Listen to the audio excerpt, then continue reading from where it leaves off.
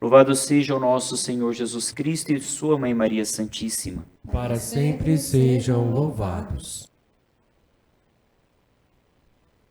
A primeira leitura de ontem estava dentro do contexto do apedrejamento de Paulo e Barnabé, e depois de terem sido apedrejados, eles voltam para dentro da cidade para dar testemunho.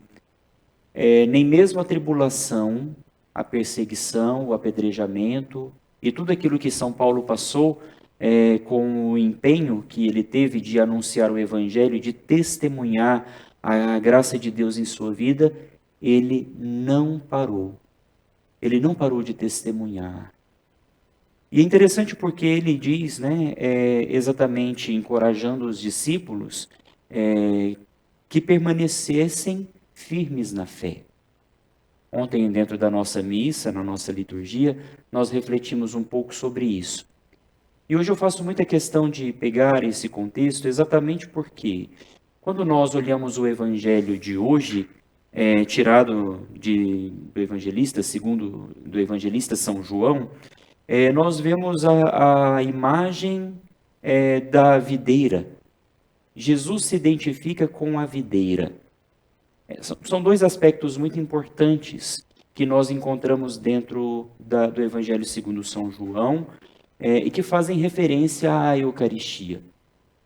Primeiro, no capítulo 6 do Evangelho segundo São João, de algumas semanas atrás, que nós refletimos durante toda a semana, por mais ou menos uns 10 dias, Jesus se autodenomina o pão vivo que vem do céu. Eu sou o pão da vida.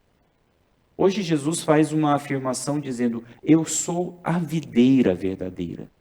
E a videira, né, essa planta que produz o fruto, que com o trabalho do homem se torna vinho e que com a graça de Deus se torna sangue de Cristo.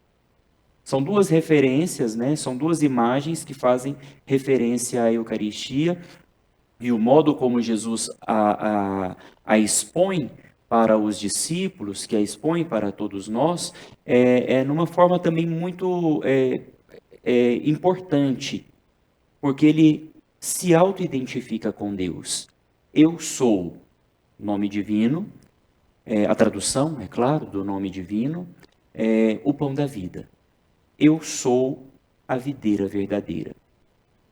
Trazendo o contexto da primeira leitura de ontem, em que São Paulo, depois de apedrejado, encoraja os discípulos, os irmãos, a permanecerem firmes na fé, Jesus hoje no Evangelho diz que nós, para produzirmos frutos, devemos permanecer nele. Não somente permanecer com ele, não é estar em sua companhia apenas, mas fazer parte da sua vida, estar inseridos. Poderíamos usar também numa linguagem ainda da agronomia, né, da agricultura, e devemos estar enxertados em Cristo.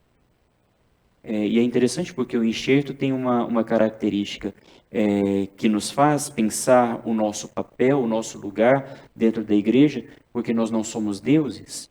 Ele é o eu sou a videira verdadeira. Mas nós estamos enxertados, ou seja, de uma outra natureza, mas participantes. E de onde nós podemos retirar tudo aquilo que é sustento, a seiva da vida, que passa pela nossa vida também e que nos faz produzir verdadeiros frutos. O contexto desta parábola, dessa imagem que Jesus usa para nós, é um contexto de um impulso que ele nos dá, de nos falar da perseverança, né, da nossa caminhada muitas vezes árdua.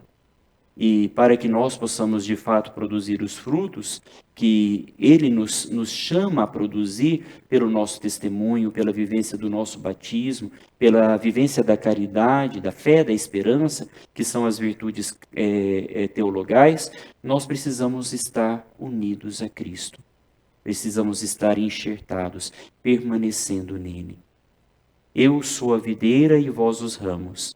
Aquele que permanece em mim e eu nele, esse produz muito fruto. Porque sem mim nada podeis fazer.